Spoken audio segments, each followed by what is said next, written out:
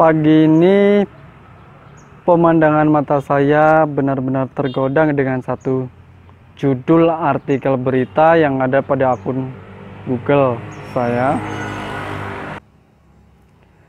Sebuah berita yang benar-benar membuat mata saya terbelalak dan sangat merasa aneh karena merupakan sesuatu yang sangat baru, yaitu dengan judul kisah petani muda dari Sika pencet ponsel untuk mengalirkan air ke lahan pertanian. Berita ini diturunkan dari ekoran.com yang membuat saya benar-benar sangat penasaran dan ingin tahu seberapa jauh dan bagaimana yang digambarkan oleh berita online tersebut. Melihat dari judulnya saja sudah sangat menarik, karena seperti kita tahu di negara kita ini, di lingkungan sekitar kita masih banyak sekali para petani konvensional yang menggunakan alat yang masih sangat sederhana untuk mengolah lahan pertanian, apalagi sampai ke sistem irigasi. Untuk pengolahan lahan masih banyak yang menggunakan cangkul, bajak sederhana, dan untuk irigasi masih mengandalkan saluran irigasi dari sungai atau dari bendungan yang dialirkan menggunakan pompa dari sawah ke sawah. Itu untuk areal persawahan, namun untuk areal yang kering di ladang itu masih jauh dengan sistem seperti yang ada pada berita tersebut. Setelah saya mengulik lebih jauh mengenai berita tersebut, digambarkan atau diceritakan pada berita tersebut ternyata ada seorang pemuda yang berusia 27 tahun bernama Yance Maring yang berasal dari NTT yang telah melakukan sebuah inovasi, menerapkan sebuah inovasi yang sangat modern dan baru di lingkungan sekitar kita, yaitu menggunakan irigasi tetes atau drip irrigation system. Di sini disebutkan bahwa irigasi tetes tersebut bisa dialirkan atau bisa dijalankan hanya dengan menggunakan ponsel, yaitu pencet ponsel lalu air mengalir ke lahan pertanian yang dimiliki.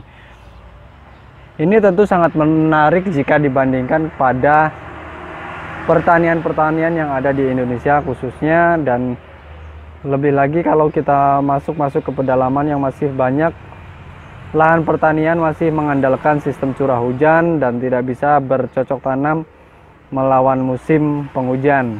Jadi banyak petani kita yang masih menggunakan sistem seperti ini, sistem tradisional, dan itu tentunya sangat jauh jika dibandingkan dengan sistem yang coba diperkenalkan oleh Yance Maring dari NTT tersebut. Dalam berita online tersebut diberitakan bahwa Yance Maring melakukan inovasi, yaitu menggunakan sistem pengairan tetes yang diadopsi dari negara lain, yaitu di atas lahan kurang lebih 1 hektar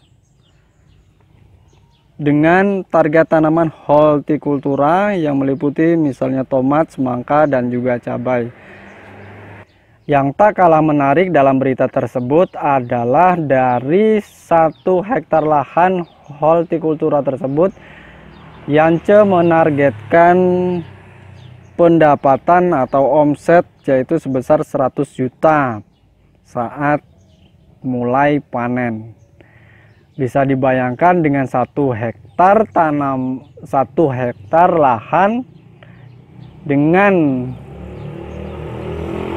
tanaman hortikultura, sang pemuda ini bisa menargetkan 100 juta untuk saat panen. Itu jika dibandingkan dengan kondisi di masyarakat kita, kebanyakan petani kita tentu bisa dikatakan sangat jauh sekali.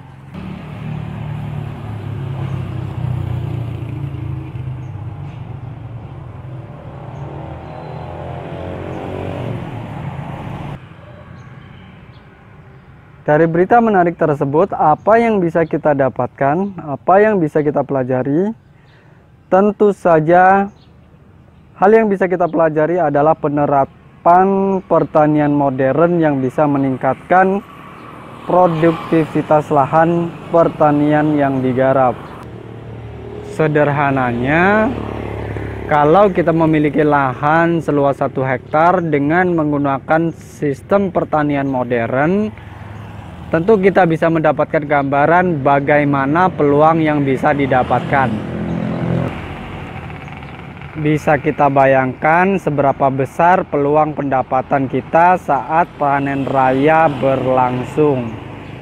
Ini bisa menjadi bahan pemikiran dan pertimbangan kita bersama dalam memajukan sistem pertanian di negara kita ini, terutama untuk meningkatkan kesejahteraan para petani kita, dan juga untuk memberikan inspirasi kepada kaum muda kita untuk bisa melirik dan ikut mengembangkan dunia pertanian di tanah air. Mudah-mudahan dari berita yang kita bahas tadi, kita bisa mendapatkan pencerahan dan mendapatkan inspirasi yang positif untuk kita kembangkan di lahan kita masing-masing. Terima kasih telah mengikuti video ini. Sampai bertemu pada ulasan selanjutnya.